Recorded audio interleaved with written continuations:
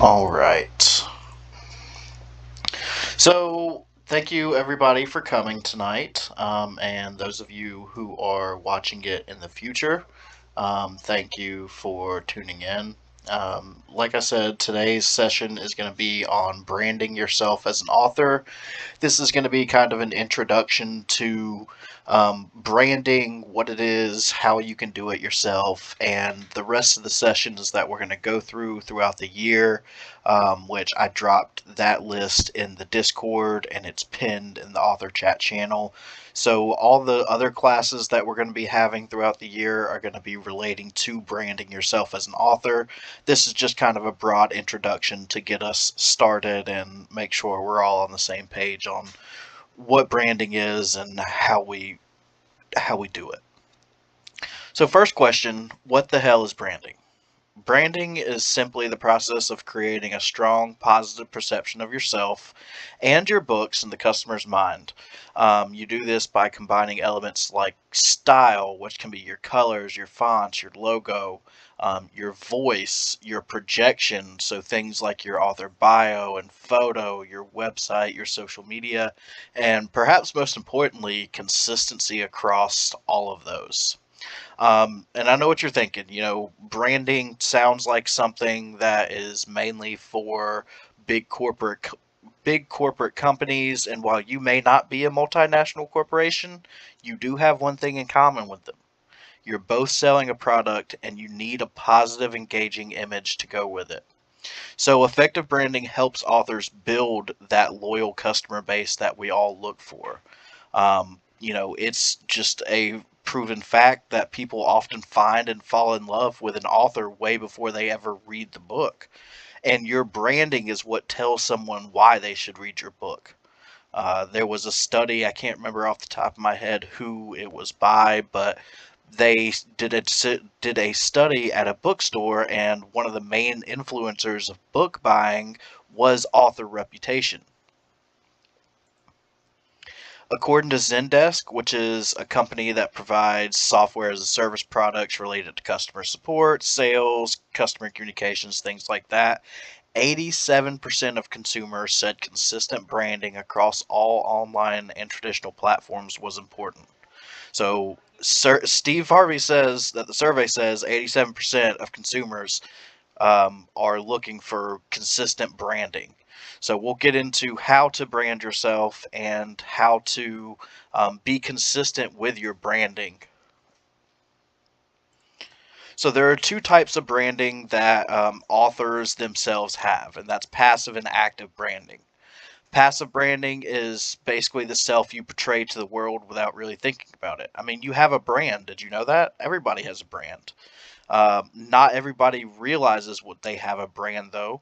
So if you consider what to wear in the morning or what to tweet, or like Caitlin earlier mentioned to Catherine about the crown, some people do wear the crown and they let that be their brand, and that's okay. We all have our own brands. Um, Even if you're not thinking about it, it's just the way you present yourself in real life and social media is branding yourself. So active branding is the part of you that you intentionally choose to let the world see. So a lot of that comes through social media, and whenever you start building yourself, you build an influence, and that influence brings followers to you. The way you portray yourself greatly impacts the influence you have, and those followers turn into fans. What do fans turn into? Avid readers who leave you 5-star reviews that allow more readers to find you. So, if we want to develop an effective author brand, it requires a certain level of introspection, and soul searching. You want to be able to know who you are, who you want to be, who you want to present.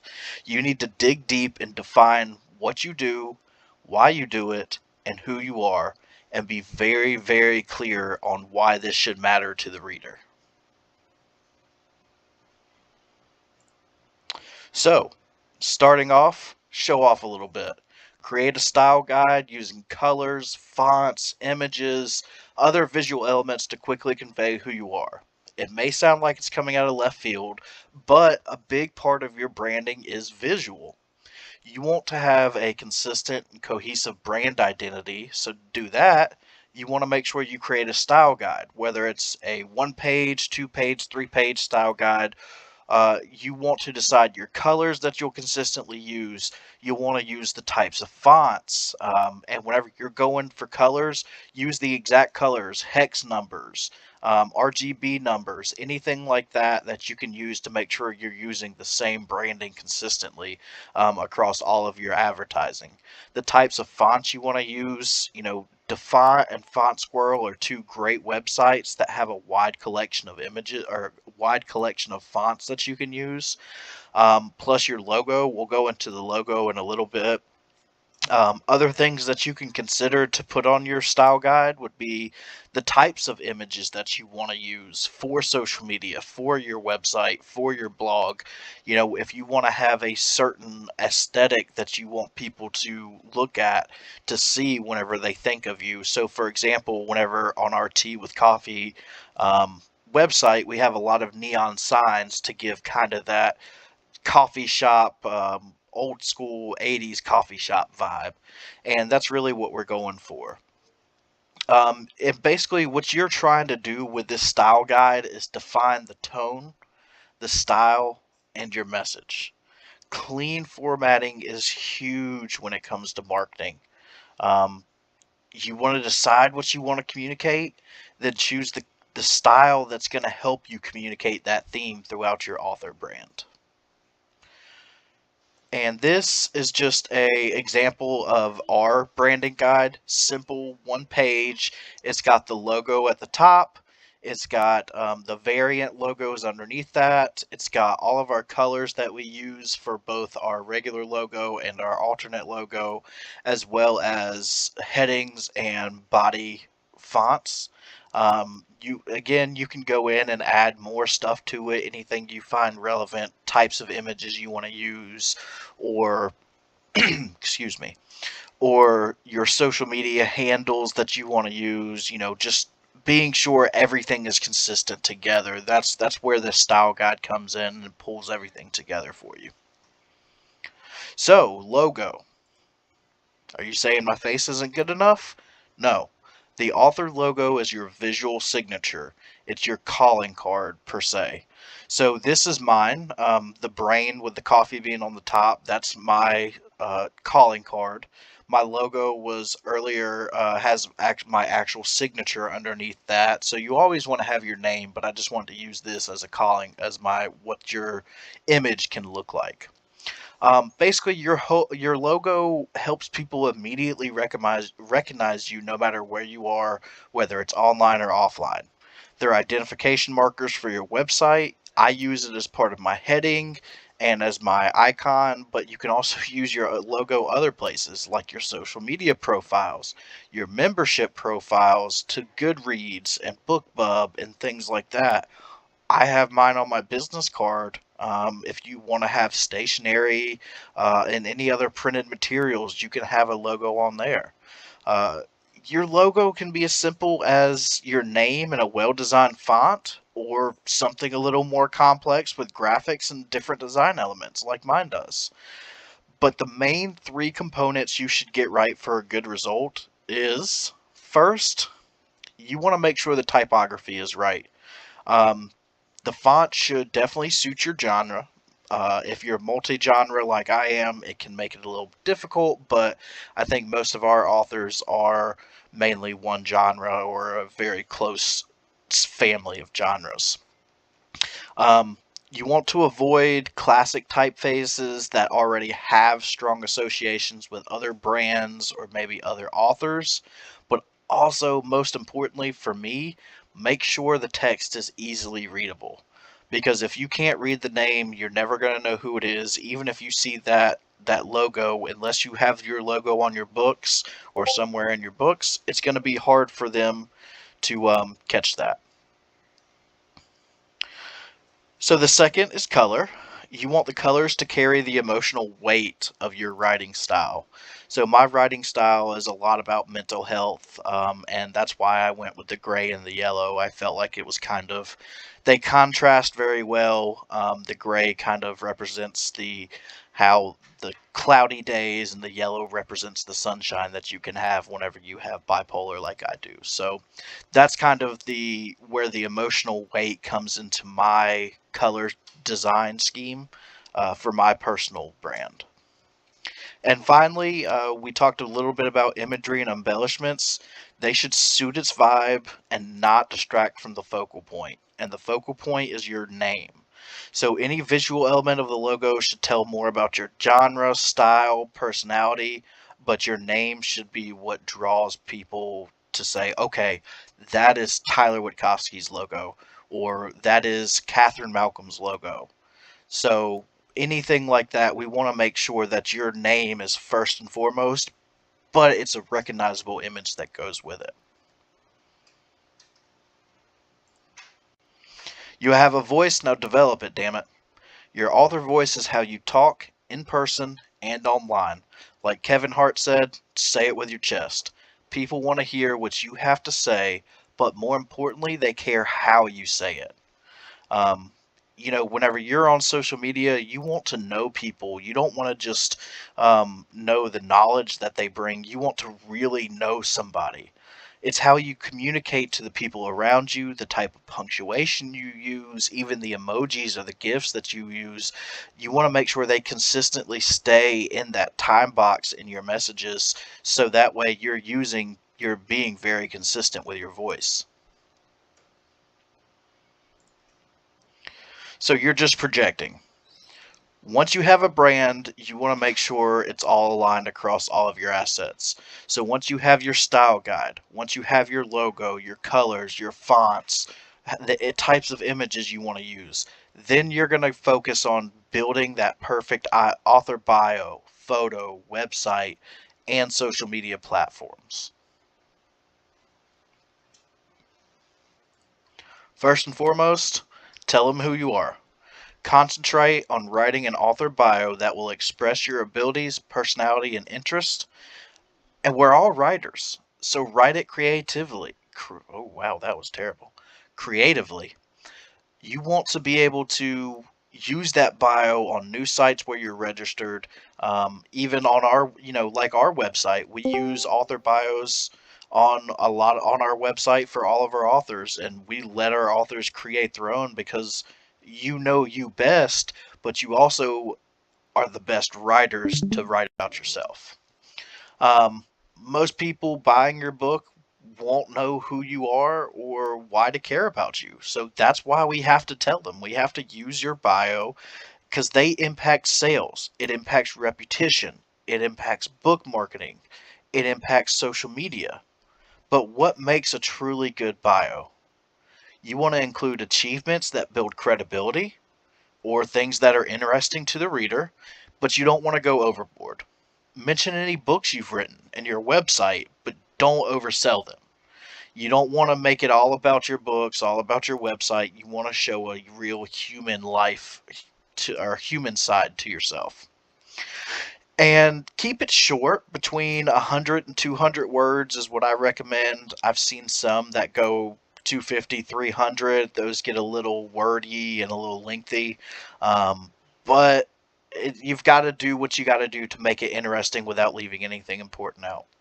Um, it's recommended that for bios you typically write in third person unless it's for your website. Then I recommend it for your personal website. I would recommend first person to make it more personal, but if you're writing it for a book or for somebody else's website or for a social media profile, I would say third person is probably best. Me personally, I actually have two bios.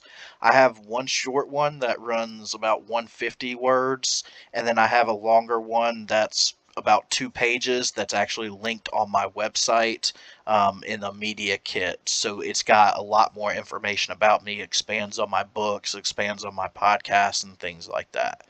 So it's okay to have a shorter one and a longer one. Just make sure that you focus on the shorter one first, then build your longer one around that shorter one. So this is my bio. I start off by introducing myself, who I am, where I live, and then my fun fact is, I live with my wife Grace and my dogs Dutch and Belle. Everybody loves knowing a little bit about your personal life. I talk about my novels, and then I go into my other journeys like blogging, my podcast, and then tea with coffee. And I just link a my social media at the bottom. You can find me on all social media at Tyler Wittkofsky. And Linktree is a great resource. We use that for the company. I use that personally. I've used that for just about every job that I've worked in. Basically, what Linktree is you build a one-page landing page with all of the links to any relevant um, books for sale, your website, your social media platforms, anything like that. You can make it. It's real easy to make, and I just have that in my profile, my bio for all of my social media accounts so that people can go and find all of my stuff easily. So, work it for the camera. People like to put a name to the name with the face. If you can, get a professional photo shoot done. If not, use a friend or tripod and your phone's camera with a neutral background and adequate lighting. On the left hand side, that was a picture, the top left, that was a picture taken with a professional camera. The bottom right was a picture taken with my wife's phone. Both of them I have used as author photos.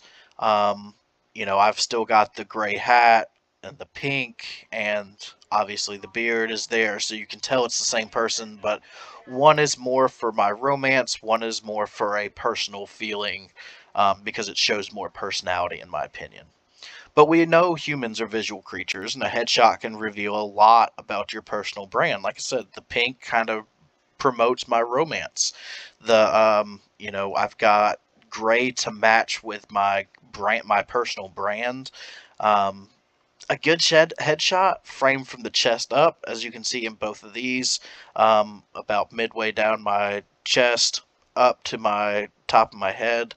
Um, Captures you, looking directly at the camera is preferred. Eye contact is one of the most important elements of a great headshot.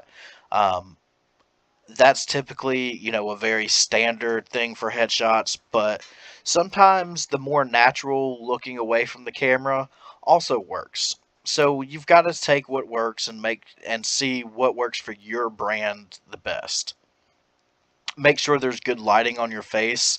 Weird shadowing can make it look like you've got devil eyes, and it can be bad. So be sure you avoid any weird shadowing. But again, showcase your personality and the aura and aesthetic you want to give off. That's what makes it memorable. And then most importantly, make sure it's easy to see even when it's smaller, because a lot of these pictures that we use for our author photo will also be used for social media profiles, and you want to make sure that it's recognizable from even a small button on social media. So your virtual brochure, the website, the very least that you need is a domain name, preferably yourname.com, yournameauthor.com, something along that. Mine is tylerwitkowski.com because it's really easy to get my name because I'm the only one in the entire world. So it may not be as easy for some of you, but if you can get your name author or author your name, something like that. Typically, domain names cost about anywhere between $5 and $25 a year. So it's not a huge expense, and once you own it, you have to make a yearly payment on it. But again, between $5 and $25 a year. Once you have your domain name, building a website that reflects your brand is important. You want the content to be consistent with the tone of your book, with the tone of your brand, and you want even if you at the very bare minimum have a one-page website that welcomes interested visitors to follow you on social media and purchase your books, that is sufficient. And I would also say a blog is very important because SEO, which is search engine optimization. We'll get into that a little bit later. We have another session. I can't remember when it is off the top of my head. I think it's no, I can't remember when the SEO session is. But SEO will best practices recommend that you create 1 to 2 new pages of content for your website every month. It just helps your website stay in the rankings and get attention from Google and show it that you're active so that you rank higher whenever people are searching for authors. Blogs can be something as simple as, hey, I'm releasing a book this month, check it out, here's the premise, here's where to get it. Something simple like that is really good for a blog post. Um, but really, if you want to spend some time curating a decent website, this is your chance to introduce yourself, ingrain yourself into your readers' minds, and offer insight to your writing that only you can provide. I mentioned SEO, and websites are huge for SEO and highlighting your product. It helps show who you are, where people can find you. I mentioned this earlier, but I really highly recommend writing in first person because you're writing for the web and it creates a stronger person to person connection with your site visitors. Um, Really, like I said, every writer should have a blog. We're writers, that's what we do best. Every business should have a blog, really. I mean, it doesn't need to be super active, but it goes a long way in pulling in your target audience and establishing your brand. That's just from my 10 years of marketing experience in various industries, working to build SEO rankings and Google rankings and um, helping businesses grow their following. So, a good author page should look and function like a high quality website. So, you may need to hire someone from something like Fiverr or Overwork or something like that to build it. Or we will be having a website building session on September 30th where we go over building a basic website for yourself using WordPress. So if you're interested in that, be sure to check that out. And social media, your digital footprint. Don't step in shit. You know the old saying, get your audience where they already are. These days, that means social media. And you don't have to be active on every form of social media, but I recommend at least 2 to 3. Pick the ones that make the most sense for both you and your audience. Whenever you're looking at the social media, you don't want to just look at what fits best for your personality. You want to see where your audience is going to be. My audience is going to be completely different than Caitlin's audience, and we're both going to have to choose which ones are most relevant to our audiences. Of course, you can have more than 3. I've got a presence on just about every social media platform. I'm not exactly active on all of them, but I do have a presence just to keep up with all the latest trends.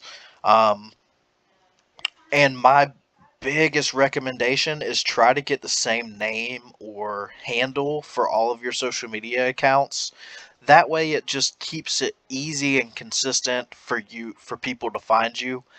I know it's easier said than done. For some people, my name, Tyler Wittkofsky, like I said, is real easy to grab all of the handles on all of the social media at that, but try to get creative. Your name, author, your name, writer, your name, your book's name, something like that. And you want to be sure to keep your social media current. I mentioned earlier that not all of mine is, but I do have about 3 to 5 that I stay pretty active on at least 2 or 3 times a week. So, my top 5 platforms, and this is just my personal opinion, there's no research backing this, this is just what I use the most and where I'm the most active. So Facebook is great if you plan on using Facebook ads to market your book. We've had a lot of success using Facebook ads. We will be doing a Facebook ads training session later in the year for anybody who's interested. Twitter, for me, has been great building relationships within the writing community and with my readers. Um, A lot of you I have probably met through the writing community on Twitter. I know Kelsey, I did. Caitlin, I met through in the Pantheon, which was kind of through in Twitter. A lot of our partners for the company are podcast bloggers, YouTubers, all of them. A lot of them I've met through Twitter as well. Instagram is good for advertising material, but it's also good for giving a glimpse in your life to bring more of a personality to who you are. YouTube is what we use for book trailers, interviews, author discussions, things like that. YouTube is a huge, I think it's the number 3 platform in America, maybe the world, as far as users. And the most hours watched on video, so it's huge for getting people up there.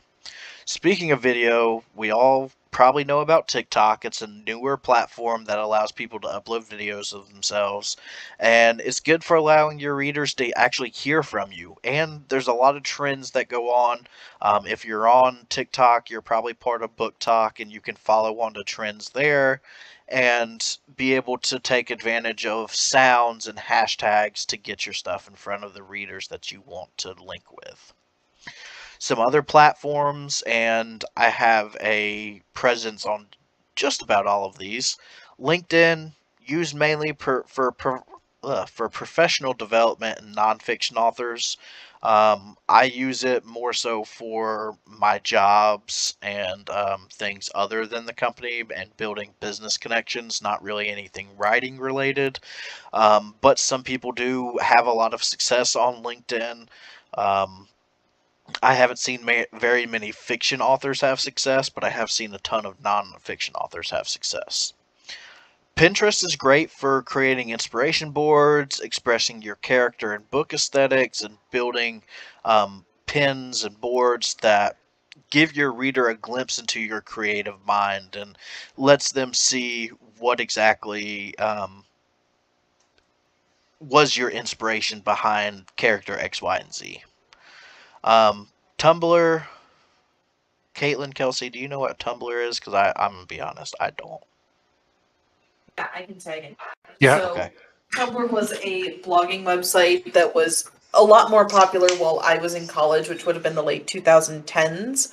But it is essentially a blogging website where you can share blog posts, or you can share pictures and videos, you can share artwork, you can share updates about your book. It's suffered a little bit of a loss of audience recently. We can talk about that some other time. But it is a blog website, and if you don't want to host a blog on your personal website, it's a perfect alternative.